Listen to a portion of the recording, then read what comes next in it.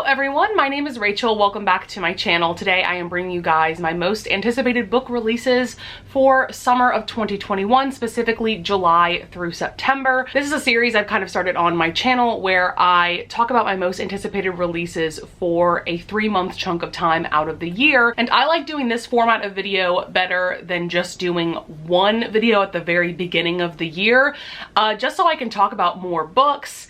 And sometimes there's book releases that are announced throughout the year, especially for like the later half of a given year.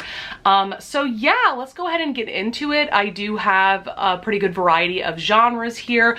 Most of these, of course, are going to be traditionally published books because it's kind of hard to keep track of indie published works because a lot of authors will either just drop a book or they'll only give you like a couple weeks notice before dropping a book, things like that. So I think I do have like a couple of indie published books on this list, but definitely for the most part, this is going to be traditionally published. So first and foremost, we have July 6th. There are 3 books coming out that day that I am really looking forward to. The first one is Survive the Night by Riley Sager. Riley Sager is a very popular mystery thriller author at this point. He's very well known for either writing like gothic thrillers or slasher thrillers. This one is definitely going to be more on the slasher side of things. I don't know the plot of this one just because I really like going into mystery thrillers knowing nothing. I am a little hesitant going into this book just because I've heard from a lot of people that Riley Sager's gothic works are a lot better than his slasher works. And I have yet to read any of his more slasher books for that reason, because I've just heard that they're not as good. So we'll see if I actually read this one. I think I'm gonna wait and see what other people think about it, what other booktubers think about it. Next up, we have What If You and Me by Ronnie Lauren. This is also coming out on July 6th, and I'm really excited about this one. This is book 2 in a companion romance series by her. I read book 1, which was Yes and I Love You, and I adored that book. Nobody reads it, nobody talks about it. I found out about this author and that first book via somebody on Instagram, actually. And I do think the covers are weird and I don't think they really match the stories inside, but I'm really excited about this second book because I believe we are following the best friend of the heroine in book 1.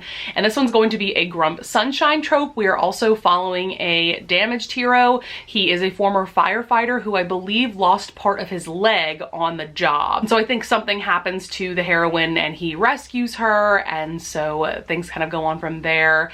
I always adore the Grump Sunshine trope, and I'm already in love with Ronnie Lauren's writing and her storytelling. Then last but not least, for July 6th, we have Any Way the Wind Blows by Rainbow Rowell. This is book 3 in her Carry On series. I have yet to read book 2, so oops, but I really loved book 1. I gave it 5 stars. I think it's just a really excellent kind of satire on Harry Potter, but it's also so much more than that.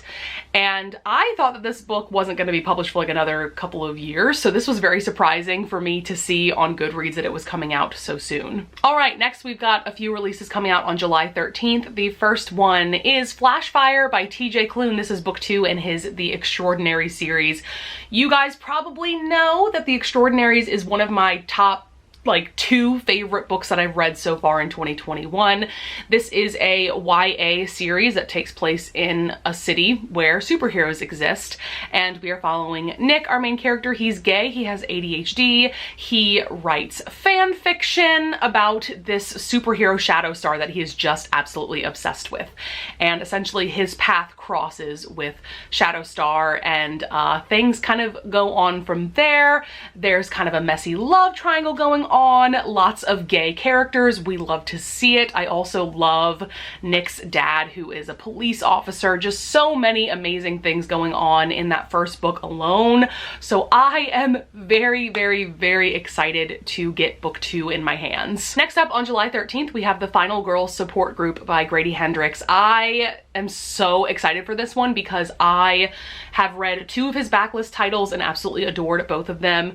The Southern Book Club's Guide to Slaying Vampires in particular is just an amazing horror slash thriller novel. But I'm actually going to read some of the synopsis off of Goodreads.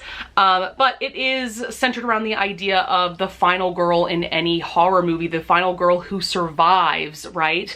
And it says, but after the sirens fade and the audience moves on, what happens to her? Lynette Tarkington is a real-life final girl who survived a massacre 22 years ago, and it has defined every day of her life since.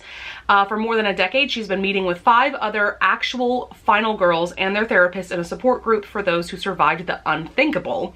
That is until one of the women misses a meeting and Lynette's worst fears are realized. Someone knows about the group and is determined to take their lives apart again piece by piece. That sounds so good. Like I said, I already know I love Grady Hendrix's writing style. To me, he's just a very unique kind of horror thriller author. Last, for July 13th, we have It Happened One Summer by Tessa Bailey, and I am so pumped for this book. I love Tessa Bailey so much, but this one is actually inspired by Schitt's Creek, and this one is about a Hollywood it girl who essentially gets cut off from her very wealthy family and exiled to this small town in the Pacific Northwest. And it sounds like she meets this kind of grumpy, broody guy in the town, so it sounds like it might be a bit of a Grump Sunshine maybe, although Piper might not be all that sunshiny because she just got cut off from her family. But needless to say, I'm so pumped for this. I just adore Tessa Bailey. Next up, we have 3 releases coming out on July 20th. The first one is Isn't It Bromantic by Lyssa Kay Adams. This is book 4 in the Bromance Book Club series, a series that is very near and dear to my heart. You guys might recall that all 3 of the books in the series that are out so far were my top favorite romance read of 2020. That is how much I adore this series and these characters, and this one in particular I'm very excited and intrigued about because it's going to be about Vlad, who is known as the Russian. And in the series so far, he is just kind of like a comic relief character, so I'm very interested to see what his book is going to be like, him being the main character. I think this might be another marriage in trouble story, because book 1 was also a marriage in trouble. This one might be more about like a husband and wife being like estranged. Like, it kind of sounded like he got married years ago, but they haven't lived together or seen each other in a long time, but I could be getting that plot completely wrong. And I'm gonna go into this book completely blind, but I remember seeing a synopsis somewhere like months ago, so maybe that's completely wrong. We'll just have to see. Next up on July 20th, we have Witches Get Stitches by Juliet Cross. This is book 3 in her Stay a Spell series. I read book 1, which is Wolf Gone Wild, last month, I believe, and absolutely adored it. For one thing, it takes place in New Orleans. I'm from the New Orleans area, so that is very near and dear to my heart. That was a romance between a witch and a werewolf. I don't really know the plot of this one. I don't really need to know. I still need to read book 2, which is Don't Hex and Drive. But yeah, these are all romances about this group of sisters that are witches, and then usually the hero is another type of paranormal creature, and I just adore Juliet Cross's writing style. Wolf Gone Wild was so funny, but yet so sexy at the same time, and I love the paranormal element. Last, for July 20th, we have For Your Own Good by Samantha Downing. This is a mystery thriller about a teacher at a private school who essentially does whatever he has to get what he wants. I'm gonna go into this one blind as well because it is a mystery thriller. Samantha Downing is an author that I've definitely been intrigued by. It seems like her books kind of get mixed reviews, but overall pretty positive. But this plot just sounds really intriguing. And also this sounds like it has dark academia vibes, so this one sounds really interesting. Next up, we have The Duke Goes Down by Sophie Jordan. This one is coming out July 27th. Sophie Jordan is a historical romance author that I think is pretty underrated. I have really enjoyed the books that I've read by her. And so this one is about a duke who finds out at the very beginning of the book that he's actually not the legal heir of the dukedom because his parents had him before his parents got married. And then we have the heroine, I believe her name is Imogen, and she is the daughter of a vicar. It sounds like the hero and the heroine have been in each other's lives pretty much their entire lives, but it sounds like it's kind of an enemies to lovers situation because it mentions that the hero has been like the bane of Imogen's existence. Next up, we have another indie romance. This is going to be Queen by Katie Robert, which is book 3 in her Bloodline Vampires trilogy. So I believe this is the 3rd and final book. From what I understand, this is either a vampire poly romance or a vampire reverse harem romance series. I'm not exactly sure. This is a series that I've been waiting for the third book to come out just so that I can binge them all at once, because from what I understand, these are all pretty short novellas, so I kind of just want to binge the whole thing. You guys know at this point, Katee Robert has quickly become one of my favorite erotic romance authors, so I'm really looking forward to binging these books soon. Next up, we have When You Wish Upon a Duke by Charis Michaels. First of all, can we discuss this stunning cover? Ugh, so good.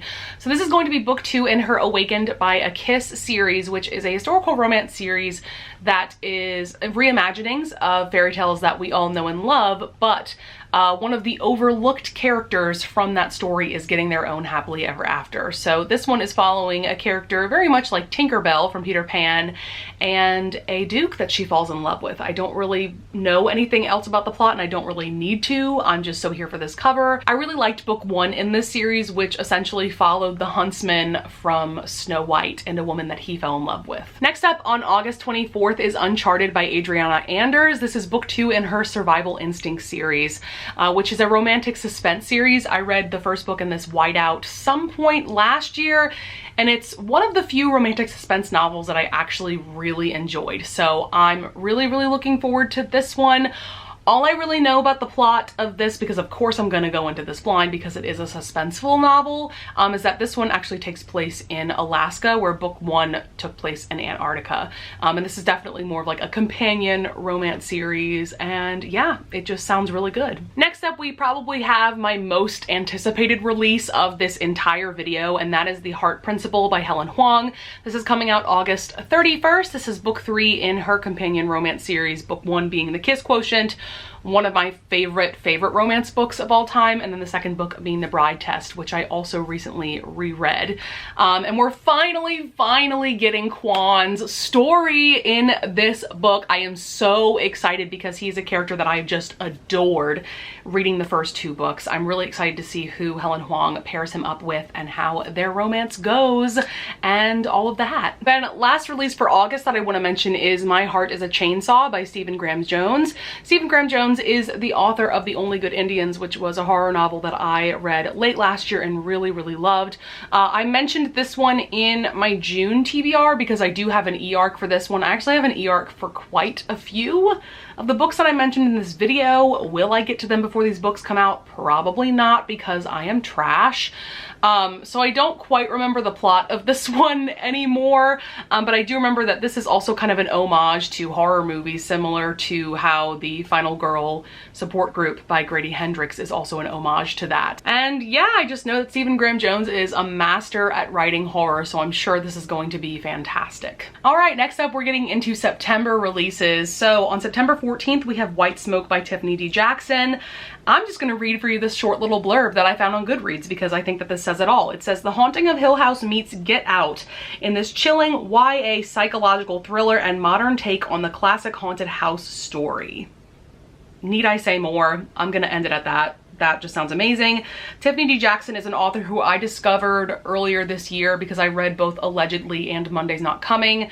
Absolutely loved both of those books. I think she's one of the few authors out there that actually writes YA thrillers really well. Next up on September 14th, we have A Lot Like Adios by Alexis Daria. This is the follow-up to You Had Me at Hola, which was a book that came out last year. I really enjoyed that book. I gave it like 3.5 stars. Definitely wasn't one of my fave romances from last year. But I'm excited to read more from Alexis Daria. She actually has a few indie published books that I really want to check out. But this one, I'm just going to kind of read you the short blurb. It just says, "The national best-selling author of You Had Me at Hola returns with a seductive second chance romance about a commitment-phobic Latina and her childhood best friend who has finally returned home." That's really all I need to know about it. Then another September 21st release, we have Under the Whispering Door by TJ Klune. I am so excited that TJ Klune is coming out with 2 books this year. I think he came out with like an indie book this year as well, but this is his second traditionally published work that he's coming out with this year. I have no idea what the plot is. I don't want to know. I really don't care to know the plot after reading The House in the Cerulean Sea last year. Like, I just don't need to know. I already know that I'm just going to adore it. And last but certainly not least, on September 28th, we have The Devil's Own Duke by Lenora Bell. This is book 2 in her Wallflowers vs. Rogue series. I have yet to read book 1, which is called Love is a Rogue. That book sounds absolutely amazing. I might have to read it for the Historical Romance Readathon, which is happening soon. But this one, it just says it's a romance between a lady and the scoundrel claiming to be next in line for her father's title. That sounds really good. Lenora Bell is an author that I keep meaning to check out, but for some reason she just gets pushed to the wayside. So really looking forward to this one. I also got an e-arc of this one, and the cover is absolutely beautiful. All right, guys, that's going to be it for my most anticipated releases for July through September of 2021. I hope that you guys enjoyed this video. I would love it if you would leave a comment down below telling me about some of your most anticipated releases for this period of time or for the rest of the year, whatever you want to tell me. I love talking to you guys in the comments. So yeah, with all of that being said, I would love it if you would leave a like and subscribe, and I thank you so much in advance if you do, and I will see you guys in the next video. Bye!